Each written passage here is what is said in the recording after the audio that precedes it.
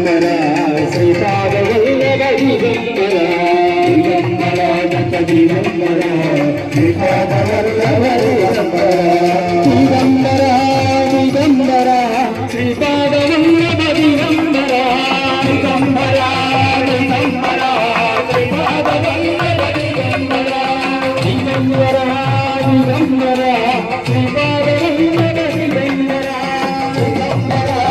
దిగంబర చెప్పని చేయాల్సింది.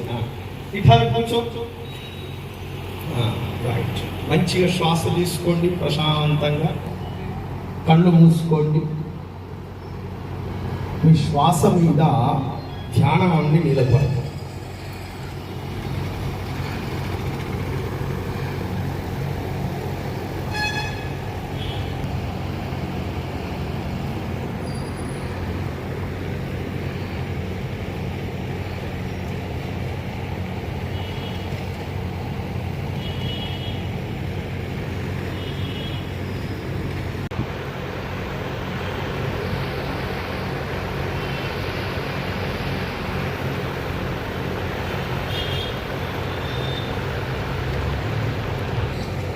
మెల్లగా కళ్ళు తెరవండి.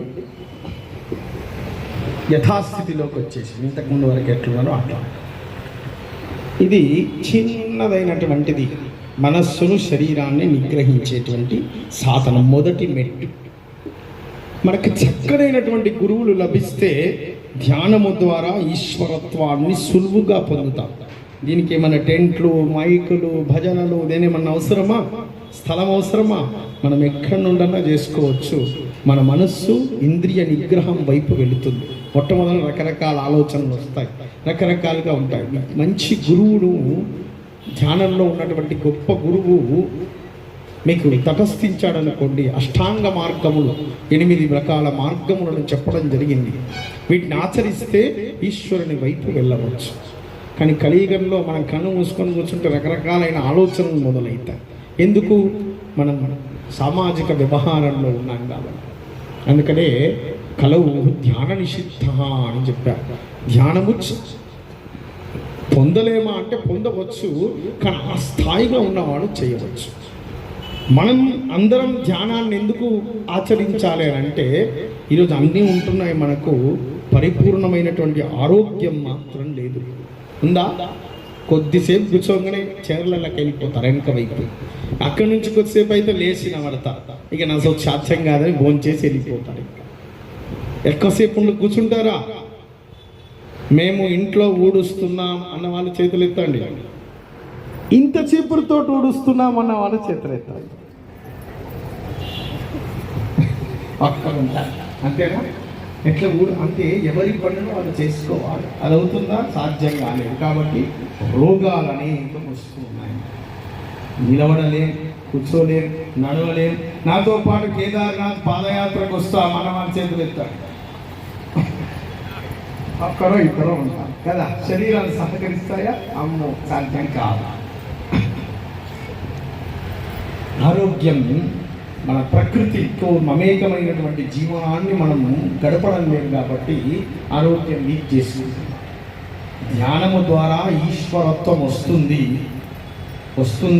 అది కృషి చేస్తే సాధన ద్వారా. కానీ ధ్యానము ద్వారా ఆరోగ్యం మాత్రం వచ్చి తీరుతుంది డెఫినెట్గా మనిషి. మీరు 1-2 నిమిషాలు ఇట్లా సాధన చేయడం ప్రారంభం చేయండి. ప్రతి ఒక్కరు ఒక్క రోజులో 2 నిమిషాలు, ఎక్కువ అవసరం లేదు, కూర్చొని ఏం ఆలోచించినటువంటి స్థితిలోకి వెళ్ళండి. మనస్సు సంయమనం చేసుకునేటువంటి ప్రయత్నం చేస్తూ ఉండండి. మీకు 23 గంటల 58 నిమిషాలకు కావాల్సినటువంటి ప్రాణశక్తి 2 నిమిషాలలో వచ్చి తీరుతుంది. అది ధ్యానానికి ఉన్నటువంటి గొప్ప లక్ష్యం. అందుకనే మొట్టమొదటి ధ్యానం పరమాత్మ చెప్పినటువంటి స్థితి, ఈశ్వరారాధన.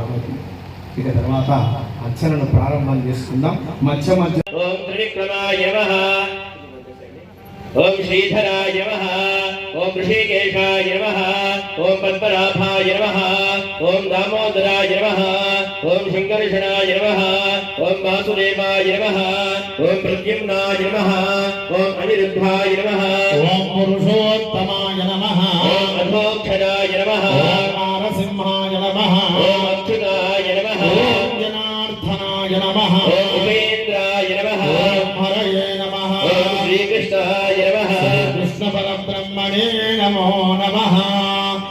तिष्ठन्तो भूतपिशाचा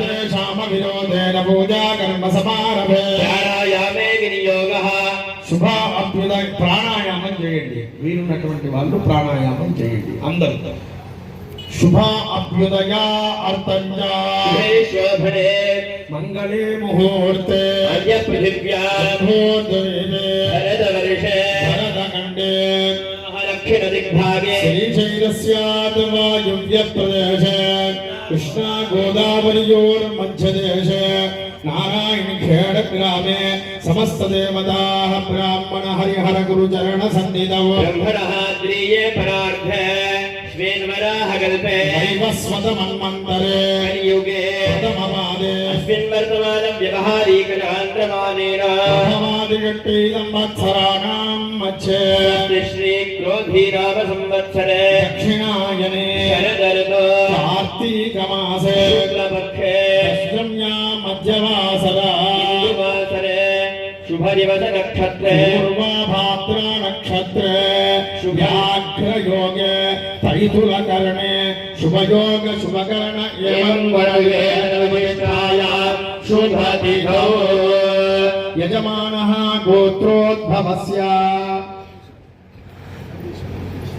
नंदीश्वर गोत्रोद्भवस्य नंदीश्वर गोत्रोद्भवाय संजीव रेड्डी नामधेयस्य धर्मपत्न्याः अनुपमा नामधेयवत्याः